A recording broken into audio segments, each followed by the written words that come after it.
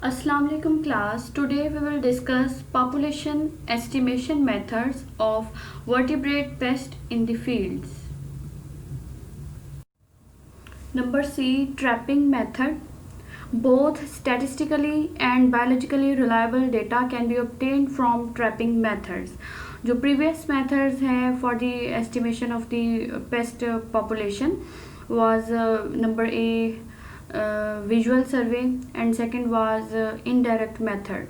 But now the trapping method is most precise method और accurate data जो है हम इससे collect करते हैं और for the estimation of the pest population. इसमें हम डायरेक्ट ट्रैप करते हैं पेस्ट को एंड देन एस्टिमेशन करते हैं. फर्स्ट मेथड है ट्रैपिंग टू एक्सटिंक्शन. इसमें हमने ट्रैप करना है और तब तक करना है जब तक पेस्ट की पॉपुलेशन वहाँ से बिल्कुल एलिमिनेट नहीं हो जाती, ख़त्म नहीं हो जाती. Complete trapping will give the actual population in an area. This procedure used in small farms. The objective is to trap out all the pest possible and in a period not exceeding 21 days. क्योंकि ये method trapping to extinction small farms के लिए है तो इसमें जो trial है वो 21 डेज से ज़्यादा नहीं होगा. और ये trapping can be achieved by both live और किल ट्रैप्स हम यूज़ कर सकते हैं और दोनों से ही फिर बाद में हम कैलकुलेशन कर सकते हैं कि कितने पेस्ट मौजूद थे एरिया के अंदर. अब ट्रैपिंग टू एक्सटिंक्शन इस मेथड में करना क्या है कि हम ये जो ट्रैपिंग करते हैं उसको मॉनिटर करना है by the footprints on the tracking patches.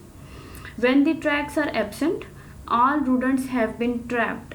मतलब कि जो हमने ट्रैप लगाया हुआ है जिन जिन पाथ्स पे ट्रैक्स पे और वहाँ पर हमने 21 डेज़ में डेली जो है वो ट्रैप अपना चेंज करना है और उसके अंदर से देख लेना है कि कितने ट्रैप्ड हो चुके हैं पेस्ट.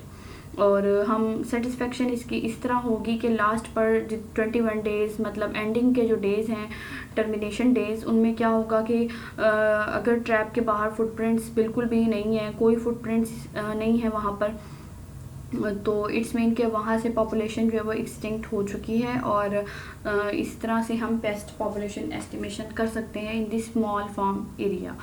इसमें लिमिटेशंस ट्रैपिंग में आ जाती हैं कि कुछ जो पेस्ट के अंदर इंडिविजुअल्स होते हैं वो अवॉइड करते हैं ट्रैप्स को और बेट को, तो लेकिन वो इतना ज़्यादा नहीं है क्योंकि most of the population was trap through the baiting और ट्रैप्स. जो हम ट्रैप्स क्योंकि मोस्टली जो हम ट्रैप लगाते हैं उसमें हमने बेट रखी होती है. So this is the first method. Direct method जो है वो ट्रैपिंग है, trapping to extinction method. Second method in the trapping method is capture, mark, release, recapture. ये बहुत ज़्यादा common method है for the estimation of the population size.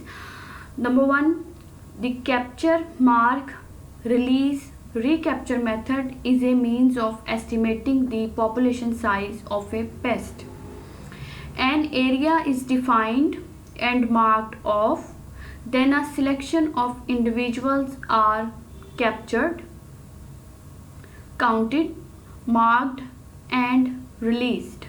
इसमें सबसे जो फर्स्ट स्टेप है वो ये करना है कि हमने एक एरिया डिफाइन कर लेना है और उसको बाउंड्री बना लेनी है कि हमने इसी एरिया से पहले सिलेक्शन करनी है और कुछ जो है वहाँ से पेस्ट हम कैप्चर कर लेंगे. कैप्चर करने के बाद हम उनको काउंट करेंगे. कैप्चर्स हम ट्रैप्स के साथ ही करेंगे. उनको ट्रैप करने के बाद कैप्चर कर लिया है देन हम काउंट करेंगे कि कितने हमने कैप्चर किए हैं और उन काउंटेड पेस्ट को हम मार्क्ड कर लेंगे किसी भी पॉइंटर के साथ, मार्कर के साथ हम उसको मार्किंग कर लेंगे एंड देन हम उसको रिलीज कर देंगे. दोबारा से जितने भी हमने कैप्चर किए थे उनको काउंट और मार्क करने के बाद हम उनको रिलीज कर देंगे. और ये जो पॉपुलेशन हमने कैप्चर की थी इज़ डिनोटेड एज N1 और ये सारा हमने साथ साथ रिकॉर्ड कर लेना है कि N1 कितने हमने काउंट किए थे. Second step is marking must not be easily removable or adversely affect the animal's survival prospects. Marking है वो इजीली रिमूव नहीं होनी चाहिए, तो हमने परमानेंट मार्कर्स या उसके कोई क्लॉज या उसके ईयर्स पे कोई क्लिप्स वगैरह कोई टैग लगा देना है जो कि इजीली रिमूवेबल ना हो. After sufficient time has passed to allow the marked individuals to reintegrate in the population, a second capture is made. And 2, sufficient time के बाद हमने दोबारा से कैप्चरिंग करनी है. And 2, in this second capture both unmarked individuals and marked individuals and 3 are counted. Second capture में क्या है कि जो हमने सेकेंड कैप्चर किया है हम उसको N2 से डिनोट करते हैं, लेकिन उस सेकेंड कैप्चर में हो सकता है कि जो पहले हमने रिलीज़ किए हुए थे और उनको मार्क किया हुआ था वो भी दोबारा से हमारे रिकैप्चर हो जाएं. तो ओवरऑल रिकैप्चर जो हुए हैं और नए कैप्चर जो हुए हैं इसको हम टोटली उसको N3 का जो है वो से डिनोट करते हैं और उसको काउंट कर लेते हैं टोटल जितने हमने रिकैप्चर किए. Based on the 3 values generated N1, N2 and 3, an estimated population size is derived using this formula. Population size is equal to N1 जो कि हमने सबसे पहले कैप्चर करके रिलीज़ किए थे, मल्टीप्लाई बाय N2 जो हमने सेकंड जो है वो कैप्चर किया है, उसमें जितने भी आ गए हैं उनको हमने N2 में रख लेना है, and then divided by N3. और N1 क्या है, number collected in the first capture, N2 number collected in the second capture, N3 number of the marked in second capture. N3 वो होंगे जो कि हमने N1 में रिलीज़ कर दिए थे, उनमें से कुछ N3 कहलाएंगे कि सेकंड जो हमने ये कैप्चर किया है उसमें टोटल नंबर, और उसी में जो N3 हैं वो हम अलग से काउंट करेंगे कि उस सेकंड कैप्चर में मार्क्ड वाले कितने आए हैं. तो इस फार्मूला में हम उसको पुट करके पॉपुलेशन साइज उस स्पेसिफिक एरिया में कैलकुलेट कर लेंगे.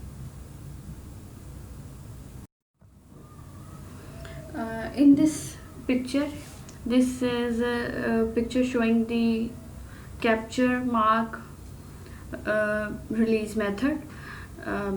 This is the whole population, and N1, this is the first capture N1. For example कि N1 में हमने क्या है कि ये जो सराउंड सर्कल है इसमें 1 2 3 4 5 6 7 जो है ये N1 है, ठीक है. और second capture you can see in this green circle. N2 में क्या है 1 2 3 4 5 6 5 जो है ये हैं, और ये जो 6 7 ये जो 2 हैं वो N2 में सेकंड ट्रैप में वो वाले आ गए हैं जो कि हमने N1 में कैप्चर किए थे और उनको मार्क करके रिलीज़ कर दिया था. तो ये सेकंड कैप्चर में दोबारा से ये 2 जो है वो रिकैप्चर हो चुके हैं. एंड N3 तो आप देख सकते हैं कि N3 में कितने रैट्स आ जाएंगे जो कि रिकैप्चर हुए दोबारा से सेकंड ट्रैप कैप्चर में, तो ये होंगे टोटल 2. तो इस पिक्चर से जो कन्फ्यूजन है कि N1 में कितने हैं N2 में कितने रिकैप्चर, तो ये बिल्कुल क्लियर है कि N1 में जितने आए हैं उनको काउंट कर लें और N2 में जो भी आए हैं और उनको काउंट कर लें. तो जो N1 के रिलीज़ हैं अगर वो N2 में आ जाते हैं तो हम उसको N3 से डिनोट करते हैं. Example of capture, mark, release and recapture method. Assume we captured 100 rats in a field of grains in 2 days, marked them and released them back into the field, denoted as N1. 1 week later, we again trap for 2 days and capture 90 rats, N2, out of which 30 were marked, N3. The population is estimated as. इस example में हमने क्या किया है कि हमने पहला capture जो किया है उसमें 100 रैट्स हमने कैप्चर किए थे, उनको मार्क करके रिलीज़ कर दिया and denoted as N1. 1 week later, sufficient time है 1 वीक, उसके बाद हमने दोबारा 2 दिन के लिए जो है कैप्चरिंग की है और जितने भी रैट उसके अंदर कैप्चर्ड हुए हैं उनको काउंट किया है, तो क्या कहलाएंगे N2. This is N2. अब उस N2 में अगर हमने 90 रैट्स कैप्चर किए हैं तो out of which 30 were marked N3, उन 90 में से 30 जो हैं वो मार्क्ड हैं, जो कि हमने N1 में रिलीज़ किए थे उसी में से आ गए हैं 30। तो हम इसको एस्टिमेट करेंगे इस formula population size is equal to N1 multiply by N2। N1 क्या है 100 और मल्टीप्लाई किया N2 के साथ 90 और उसको डिवाइड कर देना हमने 30 के साथ। तो जब इसको कैलकुलेट हम करेंगे तो ओवरऑल हमारे पास जो आ जाएगा वो क्या है 30 रैट्स कि हमने वो जो पॉपुलेशन एरिया है जिसमें हम ये सिलेक्शन कर रहे हैं, कैप्चर कर रहे हैं, रिकैप्चर कर रहे हैं, तो उसके अंदर उस एरिया में ऑलमोस्ट 30 रैट्स की जो है वहाँ पे पॉपुलेशन मौजूद है। So this is a precise method for the estimation of pest population in a specific area. The population estimates by this method requires the following assumptions are true.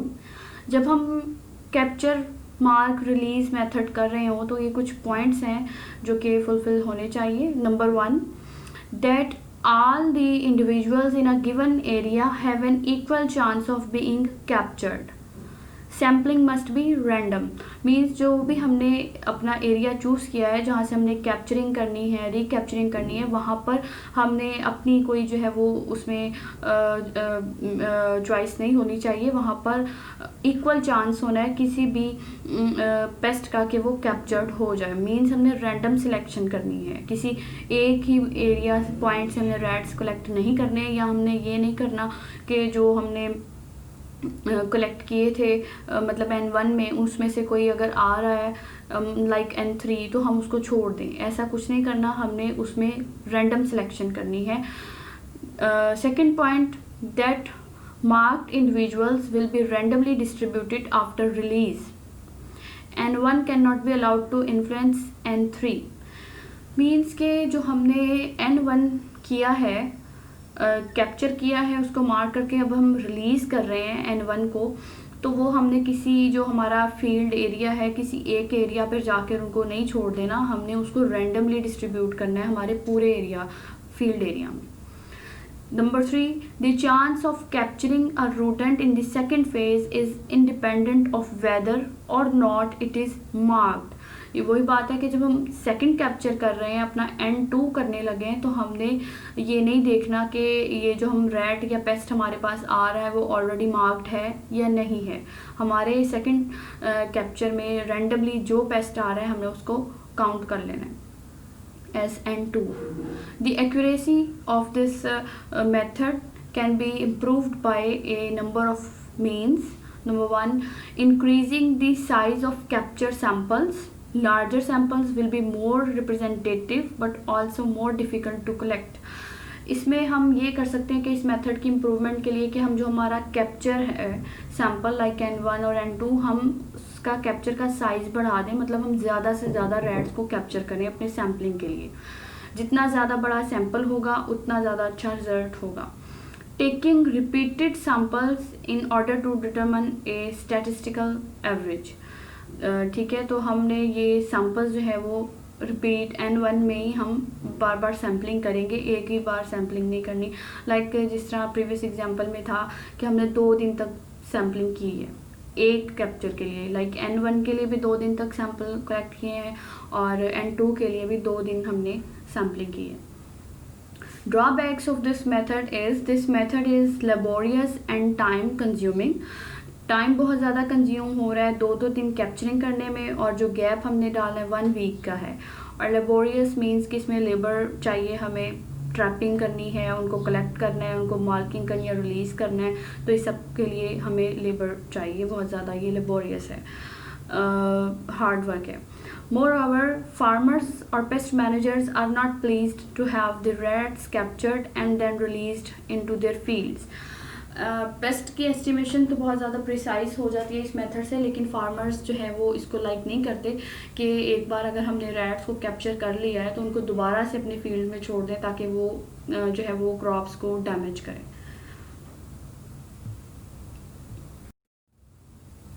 Number 3, trap line method. Trapline method क्या है? It is preferable to use a transect method in setting the traps in the field. Trapline method में क्या है कि हमने first method में तो कहा था कि सिंपल हमने ट्रैपिंग की है, टू एक्सटिंक्शन, और दूसरा कैप्चर रिकैप्चर मेथड है। ट्रैपलाइन मेथड्स में हम ट्रैप यूज़ करते हैं, लेकिन उनको सेट करना है हमने एक ट्रांजैक्ट लाइन के अंदर। ट्रांजैक्ट लाइन क्या होता है कि हमने फील्ड के अंदर अपने कुछ ट्रैक्स बना लेने हैं, एक कॉर्नर से दूसरे कॉर्नर तक, ऑपोजिट कॉर्नर तक, तो वो लाइन बना लेते हैं हम, और उस लाइन के अंदर हम अपने ट्रैप्स रखते हैं। The traps are set in pairs. Such pairs are placed about 10 paces apart in a straight line and about 2 to 3 meters inside the crop from the edge.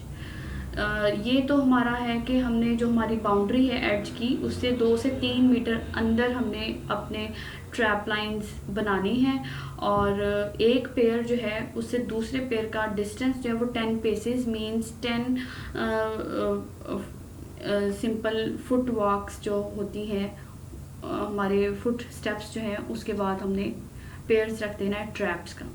और पेयर्स रखना इसलिए है कि पेयर ट्रैप्स होंगे, अगर एक में रैट या पेस्ट हमारा ट्रैप हो चुका है तो दूसरा एम्प्टी ट्रैप वहाँ पर अवेलेबल होगा कि वो दूसरे किसी रैट को कैप्चर कर ले। तो इससे फ़ायदा होगा कि हम एक ट्रैप के साथ एक दूसरा भी रख लें। Traps should be placed carefully upon flat and even ground. इसमें ट्रैपलाइन मेथड में क्या होता है कि हमने ट्रैप्स जो है हमने कोशिश करनी है कि उसे फ्लैट, हमारा जो सरफेस एरिया ग्राउंड है वो बिल्कुल फ्लैट होना चाहिए, और फ्लैट सरफेस पे हम उसको रखें, क्योंकि कोई पॉइंटेड या टिप्ड लोकेशन पे अगर हम रख रहे हैं अपना ट्रैप, तो वहाँ पे रूडेंट्स स्पेशली रैट्स जो है वो डिसलाइक करते हैं कि वो मूव करें up toward up side of the ground. तो हमने फ्लैट सरफेस पे अपने ये रखने हैं traps. The relative abundance of the animals is estimated through trapping success. और ट्रैपिंग सक्सेस का फॉर्मूला क्या है कि परसेंटेज ट्रैप सक्सेस हम कैसे मेजर कर सकते हैं? Number of the animals caught, जितने भी हमने ट्रैप्स लगाए थे अपने ट्रायल के अंदर, उनको हमने काउंट कर लेना है कि कितने रैट्स जो हैं उसमें ट्रैप हुए हैं, divided by total trap nights, कि हमने ट्रायल अपना 10 रातों के लिए लगाया था, 20 नाइट्स के लिए, हमने वो अपने टोटल नाइट्स के साथ डिवाइड कर देना है, और बाद में उसको परसेंटेज कैलकुलेट करने के लिए मल्टीप्लाई कर देना है 100 के साथ। In this picture you can see the transact lines, कि हमने किस तरह अपनी ट्रांजैक्ट लाइन बनानी है और उसमें ट्रैपिंग को जो है वो एस्टिमेट करना है। For example this is the irregular shape of our field और बाउंड्री एरिया। तो हमने क्या करना है कि एक कॉर्नर से उसकी दूसरी जो बाउंड्री की साइड है उसमें इस तरह से हमने अपनी ट्रांजैक्ट लाइन ड्रा कर लेनी है। और अगर जो हमारा फील्ड है वो स्क्वायर है तो बहुत ज़्यादा अच्छी बात है कि हमारी ट्रांजैक्ट लाइन की लेंथ्स भी सेम जाएंगी, लेकिन क्योंकि ये इरेगुलर है तो हम उसमें इरेगुलर में भी ट्रांजैक्ट ड्रा कर सकते हैं। तो अब हमने ट्रांजैक्ट लाइन में ऑब्जर्वेशन का क्या मेथड है कि फॉर एग्जांपल कि ये हमारी जो है वो एक ट्रांजैक्ट लाइन है, ठीक है, और आप देख सकते हैं कि यहाँ पर जो दूसरी ट्रांजैक्ट लाइन होंगी, देख सकते हैं कि इस ट्रांजैक्ट से इस ट्रांजैक्ट लाइन में ये कुछ डिस्टेंस भी है।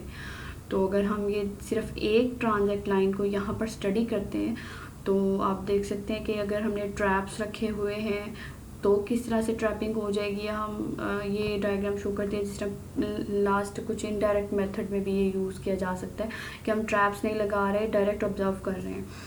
तो अब हम इन ट्रैप्स ट्रांजैक्ट लाइन में अपने ट्रैप्स लगा देंगे। फॉर एग्जांपल अगर हमने एक ट्रैप यहाँ लगाया था और पेयर्स की फॉर्म में लगाया था तो 10 पेसेस के बाद हम दोबारा ट्रैप्स के पेयर्स रखेंगे और फिर उनको जो है वो काउंट कर लेंगे। तो ये तो है ये ट्रैप लाइन मेथड्स में, लेकिन इनडायरेक्ट मेथड में भी हमने ये ट्रांजैक्ट लाइन यूज़ की थी। तो उसमें भी आप देख सकते हैं कि अगर हम ऑब्जर्वेशन कर रहे हैं तो ये जो शो किए हुए हैं जिसके बाहर कोई बॉक्स नहीं है, डायरेक्ट एक एनिमल है, तो हमारी ये ऑब्जर्वेशन फील्ड यही है कि जो ट्रैप लाइन के ऊपर हैं और ये बिल्कुल क्लियर नज़र आ रहे हैं, तो ये हम उनको काउंट कर लेंगे। बाकी जो हैं ये अनऑब्जर्व्ड हैं और ये वाले जो है ये आउटसाइड दी ट्रांजेक्ट लाइन एरिया है, तो हम इनको काउंट नहीं करेंगे। ये बात है, उसके लिए जो इनडायरेक्ट मेथड में हमने जस्ट ट्रांजेक्ट मेथड यूज़ किया है। लेकिन जब ट्रैप्स लगा लेंगे तो वो हमारी ये जो ट्रांजेक्ट लाइन है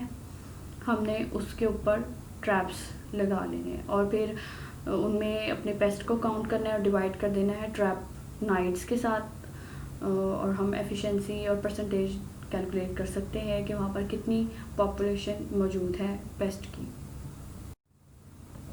this is the example of trap line methods.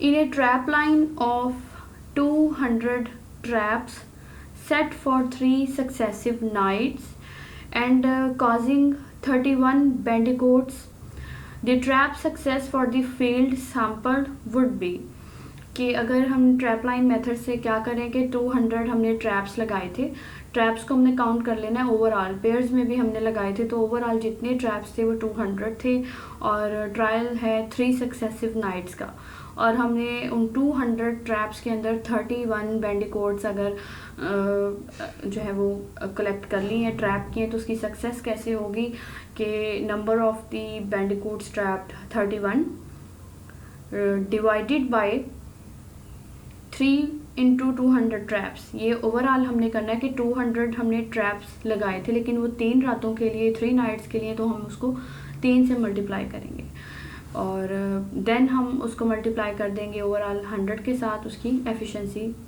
को परसेंटेज निकालने के लिए। Generally a figure of 10% catch indicates a high rodent population. तो इसमें इस मेथड में ट्रैप लाइन मेथड में उन्होंने एक रखा हुआ है स्टैंडर्ड कि अगर हमारा जो परसेंटेज आई है ट्रैप सक्सेस अगर वो 10% है तो इसका मतलब का वहाँ पर रूडेंट्स जो है वो हाई पॉपुलेशन है। लेकिन इस एग्जांपल में आप देख सकते हैं 5.16 है, तो इट्स मीन कि वहाँ पर मीडियम है paste population.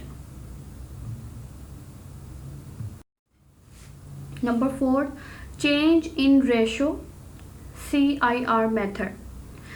CIR is a method has been used that measures activity before and after the traps of rats. ये मेथड है कि एक्टिविटी मेजर कर रहा है ट्रैपिंग से पहले और ट्रैपिंग के बाद। This has been called the change in ratio method because some attribute of the population has been changed by the removal of part of the population. ये चेंज इन रेशियो मेथड इसलिए है क्योंकि attribute का meaning यहाँ पर कि population की जो एक्टिविटी है वो चेंज हो जाती है जब उनकी पॉपुलेशन के काफ़ी हद तक जो मेंबर्स हैं वो रिमूव कर लिए जाएंगे, तो बाकी की जो कुछ पॉपुलेशन रह जाएगी उसकी एक्टिविटी में ऑफ कोर्स डिक्लाइन आ जाएगा, वो चेंज हो जाएगा। We have this method to estimate the number of rats in the farm. Activity before and after trapping is measured with inked or chalked tracking lines. इसमें भी हमने क्या करना है, ट्रैकिंग लाइंस बना देनी है अपने फील्ड के अंदर जहाँ पर बहुत ज़्यादा रूडेंट्स विजिट करते हैं उनके लिए उनके पास जो पैसेजवेज हैं पाथवेज, और उसको हमने इंक्ड कर देना है या वहाँ पर पाउडर चाक जो है वो स्प्रेड कर देना है ताकि वहाँ पर जब डिस्टर्बेंस होगी इंक पे या जो चाक पाउडर है वो डिस्प्लेसमेंट होगी, वहाँ पे उनके फुटप्रिंट्स आ जाएंगे, टेल स्वाइप्स आ जाएंगे, क्लॉज के निशान बन जाएंगे, मार्क्स, तो वो उसकी एक्टिविटी है और उसको हम बिफोर और आफ्टर ट्रैपिंग मेजर करते रहेंगे। These are placed for 1 night in all areas where rats could be expected to be moving around at night. ये हम एक रात के लिए भी 1 नाइट ट्रायल भी कर सकते हैं या मैक्सिमम 10 नाइट्स के लिए भी ट्रायल कर सकते हैं। Following the placement of tiles, rats are trapped for 6 to 10 nights to remove most of the population. 6 to 10 nights का ट्रायल हमने लगाना है। Tiles are again set for 1 night to record the reduction in the activity that the removal of population of removal of proportion of the population has created.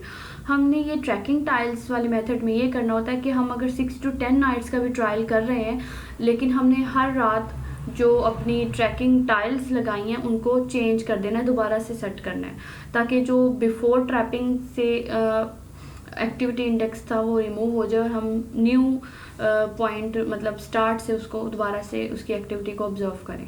The equation for the calculation of original rat population is population P is equal to T1 into N divided by T1 minus T2, where T1 क्या है, the proportion of the tiles positive with rats footprints before removal trapping। T1 ये है कि अगर हमने 6 to 10 nights का trial लगाया है तो सबसे पहले अब हमने क्या करना है कि अभी हमने जो अपनी ट्रैकिंग टाइल्स लगाई हैं उनके ऊपर पाउडर चाक वगैरह यूज़ कर लिया है। तो अब हमने ट्रैप लगाने से पहले, क्योंकि ये मेथड है बिफोर और आफ्टर ट्रैपिंग, तो बिफोर रिमूवल हम पॉजिटिव टाइल्स वो कहते हैं जिसके ऊपर फुटप्रिंट्स आ जाएंगे।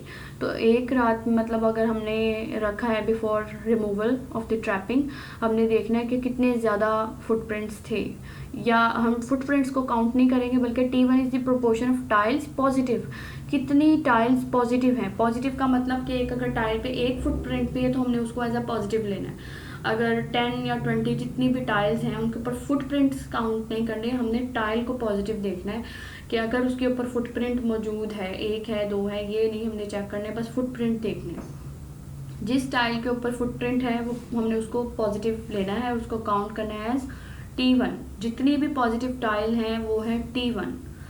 T2 proportion of the tiles positive after removal trapping.